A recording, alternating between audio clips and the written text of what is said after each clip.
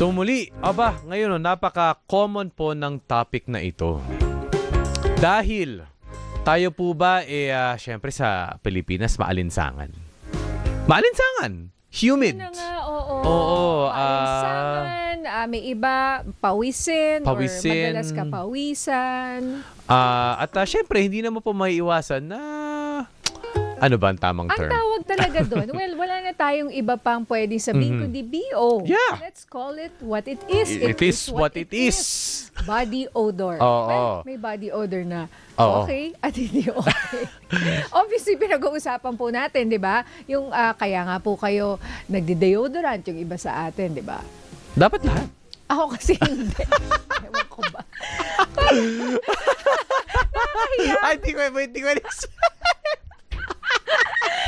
Kasi hindi ako pawisin eh. Hindi So ako okay masyadong lang. pawisin. Okay lang. Oo, hindi. Ako naman Yung pawisin. lahat pinapawisan except me. Ako pawisin. Ah. Kaya need talaga. Sobrang Oo. need. Kaya, syempre, active pa yung lifestyle ko. Tapos, mabilis ang metabolism ko. So, mabilis po akong magpawis. Ayun. Ayan. At syempre, para sa lahat. Di ba? Para sa lahat. Kung ano Oo. man yan. Okay. Kanya-kanya. Ngayon, syempre, concern niya ng lahat, lalo na kapag affected na yung mga mahal mo sa buhay, yung kapamilya mo, girlfriend mo, boyfriend mo, di ba? Or even ikaw mismo, nababother ka na, I hope, di ba? Kasi yung iba, wait lang, but yung iba, sasabihin nila, wala akong BO. Kasi hindi nila naaamoy yung sarili nila. Yun na nga. Oo, diba? Pag first person, parang hindi mo na-realize. Kailangan Oo. ibang Or tao baka ang sanay ka makapansin. na. Immune ka na. Yun nga. Hindi mo nga siya napapansin. Oo. Kaya in denial ka, di ba? Yung Oo. iba. Oo nga. Lalo na yung mga teens, mga tweens, lalo na yung pagka lumalaki na yung anak mo, you can sometimes talaga, Yes. parents like us, we notice it. So, syempre, kaya kasama po natin ngayon ang eksperto para tulungan tayo dyan. Kasama po natin sa Dr. Servisyo, walang iba kundi si Doktora Via Galban. Magandang umaga po sa inyo, Doc, and belated Happy Valentine. Good morning and belated Happy Valentine's po, Miss Nina, Sir Migs, and sa lahat po ng mga nanonood at mga nakikinig po sa atin. Kong si Fatchay. Yes. Oo, yes. Kasi Oo, Chinese Chinese New New Year. Year. Mag-celebrate kami, actually. Oo. Tama. So ito, Doc, actually, nung kino-conceptualize namin tong topic na ito, this is, hindi siya masyadong pinag-usapan, but it happens in society, Yes. in communities. Kasi Very syempre, much. you're embarrassed, nahihiya ka. Pero at least dito po sa Dr. Servisyo, we treat it medically. Oo. And you don't have to be mahiya. Tama. Yes, no. Oo. Kasi yun naman yung proper, no? Kasi lahat naman tayo, no? May mga amoy na inevitably, di lang kung si Miss Nina ka, you're always fresh, no? You don't Yes. Oo. Kaya Don't natin need a guessing deodorant. ako. Kasi always Always mo. fresh. Oo nga. Parang hindi na dudumihan di ba? Grabe ka naman. Pero not everyone is Miss Nina Corpus. Totoo So, naman yun. Totoo naman yun. So, kailangan mindful tayo doon sa mga naamoy natin sa katawan natin or doon sa mga kaibigan, pamilya natin. Kasi minsan, akala natin it's just simple lang na body odor. Yun lang talaga yung amoy niya. Pero meron palang mga clinical na underlying na conditions na maaring meron na pala tayo at palatandaan or parang sintomas yung body odor or yung hindi magandang amoy na doon sa katawan natin. Medically, Yes. Doc, saan po ito nanggagaling? Okay. Medically, maraming bagay yan at iba-ibang amoy, iba-iba din ang klaseng or uri ng sakit na pwedeng meron ka, no? Number 1, pwedeng metabolic yung disease, meaning yung the way our body na nagpo-process ng mga chemicals or the way our body has the enzymes na hindi na pa-process ng maayos, nag-i-emit yun ng odor, no? So, usually yung mga ganong metabolic na mga sakit, kakaiba yung amoy nila, no? And nade-detect siya bata pa lang, no? Apart from, of course, no, nakikita siya sa newborn screening na tinatawag, no, may mga, yung mga parents napapansin na sa mga babies nila, no, na may mga amoy. Like, for example, one metabolic na sakit, no, that can have an odor is yung maple syrup urine disease, no? Yun, nakikita yun sa mga bata. Naamoy mo yun actually sa pawis, no, ng baby or sa ihi. Para siyang maple syrup na nilalagay Hindi mo. parang mabango na sugar mabango yung siya. honey maple o Oo. sa pancake, di ba? Yung Oo. pala That's just siya. metabolic, Oo. no? Meron ding phenylketonuria, no? Pero those are mga congenital na metabolic disease, no? Doon tayo sa pwede nating or pinaka-common na nakikita natin sa mga may sakit tulad ng diabetic ketoacidosis, no? Ang ibig sabihin nun, no, pag TKA ka, no, yung body mo hindi na nakakagamit ng insulin ng maayos. So yung imbes na sugar yung tinutunaw niya, yung taba yung tinutunaw. So kasi pag tinutunaw yung taba, no, yung smell na naaamoy natin is parang acetone.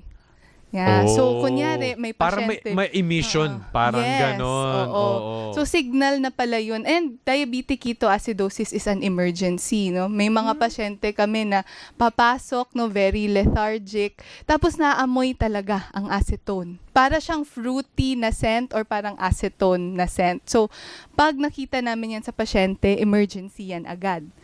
So, Dahil, anong mangyayari sa kanya? kasi pag nagkaroon tayo ng DKA, ang taas-taas ng sugar, no? Hindi na napaprocess ng katawan natin. Pwedeng, no, maging fatal, magkaroon ng complication, or pwedeng ikamatay ng patient. Grabe. Yes. From the body, kala ko yung simple body odor lang, ano? Oo, Na may fatal mga pala yun. instances pala ng mga ganito. Oo.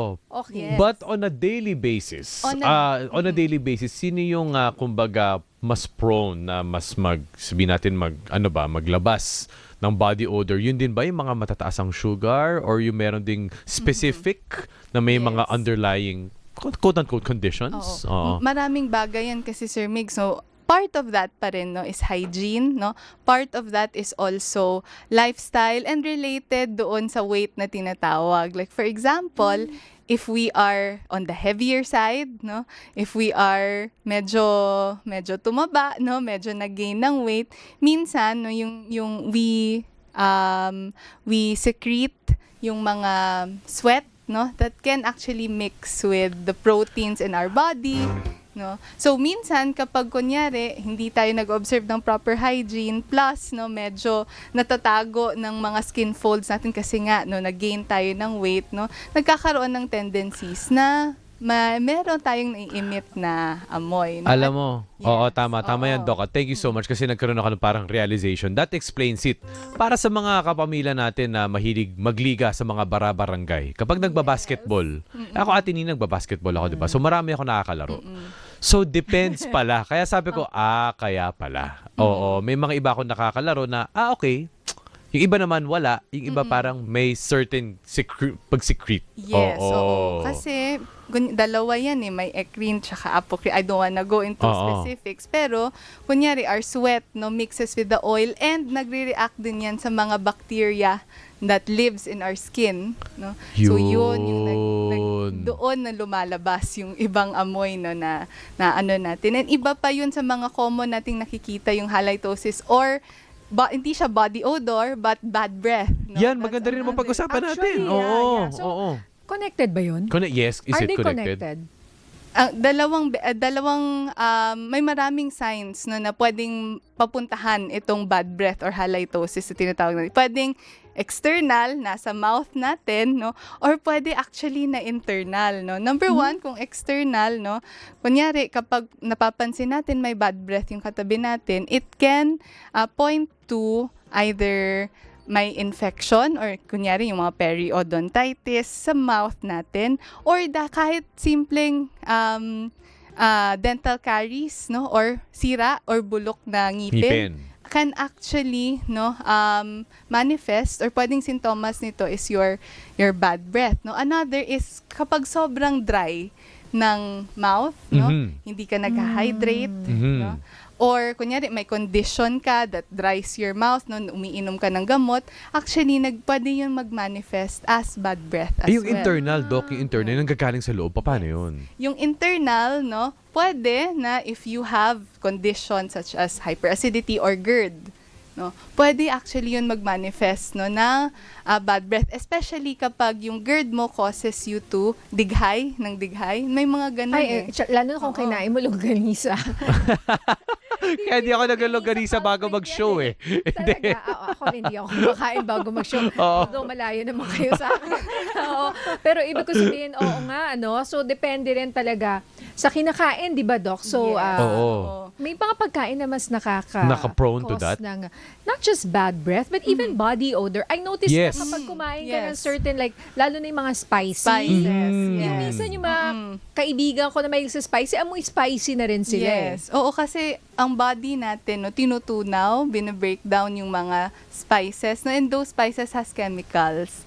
Kaya minsan, if sanay ka sa spices, no, and palagi kang kumakain ng spices or yung diet mo, no, palaging merong mga sile, no, Oo. mga strong Chili. na mga Oo. mga strong na mga Mahilig spices. pa naman no? ako dyan. Kunyari, Oo. if we don't want pero if mahilig ka sa mga food na, like, kunyari, Indian food, maraming Curry. spices yun. Yeah, Curry, curry, no? yeah. Kasi may mga chemicals doon, pag tinutunaw ng katawan natin, no, nag-i-emit yun ng odors. No? So, minsan, no, kapag sanay tayo na yun yung palaging diet natin, we have tendencies. Kumbaga common nasa siya, diet pero siya. sa Pilipinong klaseng diet, kung talagang mahilig ka sa maanghang, Oo. ganun din ang kakalabasan, di ba, Doc? Opo. Pero mas mag-ingat tayo sa GERD kasi the GERD can cause yung bad breath, no? Yeah. Oo. Yun yung mga, kung nga acidic ka or, ikaw ay may, Mahilig sa anong kape. tawag doon? yun na nga, Yun na nga, mahilig sa kape, Doc. Oh, yeah, Kape. kape Ako is a culprit. Very Yeah. much. Kasi ang kape, nakakadry Oo. yan. Ano yan eh. It allows you to release water. No? Nakaka-dehydrate ang coffee. No? So, again, no, if it's drying, kunyari, especially sa mouth, no, it can actually cause bad breath. May iba pang marami pa yung mga severe na disease that has distinct odors actually. Kunyari, yung parang bulok na itlog, no? It might be a sign of very, very severe na cirrhosis or severe liver disease, no? Yung mga amoy mapanghi, no? It can actually lead to very, very chronic and very severe na kidney disease. Kasi nga, no, when our body breaks down chemicals and hindi siya ganun ka-efficient mag-breakdown, may mga amoy talaga, no, na nare-release ang katawan Okay. natin. So what can we do? Yes, for ordinary people na talaga lang gusto rin nilang maging fresh rin every day or ano ba yung mga hygiene na marerecommend po ninyo? Kasi sabi niyo kanina, bacteria. Dati may nagsabi na doktor, lagyan daw ng alcohol para mamatay daw yung bacteria sa katawan mo. Pero hindi ba ang harsh nung alcohol, Yes, Doc? minsan harsh sa Yes. Harsh yun Strong. Feeling ko baka Oo. parang, ewan ko, masunog yung skin or something. Yes, Pero may oo. nagsabi nun eh. Important pa rin hygiene, Miss Nina, no? Again, no, hindi lamang para we look fresh, we feel fresh, no? Para rin ito, no, actually doon sa tinatawag natin na taking care of our well-being, no? Not just physically, socially din, kasi minsan nakaka-isolate, 'di ba, kapag kunyari you have body odor, no? So important pa rin, no, hygiene, no? If napapansin natin that we are actually emitting yung body odor, no, we use deodorant. Maligo. And maligo pa rin, no? I usually advise, no, twice a day if you can do it before you leave the house and then after pagbalik mo na, no, para maiwasan natin or mabawasan, no, yung mga body odors, no, and tamang food pa rin, no? Kasi kung ano yung tinutunaw natin, yun din yung lumalabas sa katawan natin. Tamang pagkain, proper na timing ng pagkain is important. Ayun. At least tayo Wait. mga Pilipino lamang kasi nasa kultura naman nating naliligo. Ang Pilipino very mahilig sa mabango eh. So, pero speaking of deodorant, ano yung tama? Ano ang kasi syempre hindi naman lahat yan pare-pareho eh. Minsan nauso ngayon may nakalagay papaya, May mga scentless. gluta, may May mga scentless. may tawas pa nga na pinapahid. Pero may nagsabi rin sa akin na yung ganun daw, maaring lalong yung skin mo, mairita yung skin. Yes. Oo. Mm. Especially dun sa may mga sensitive na skin, no? Important pa rin that we use yung mga hindi harsh na mga products, no? Especially yung tinatawag nating abrasive or nakakasugat. Tawas is one. Mm. Yeah. So if ever meron kayong products na medyo gentle sa skin, no? Kasi hindi ka nga nagka-body odor, nagkasugat-sugat naman yung skin natin. So ayaw din natin 'yon, no?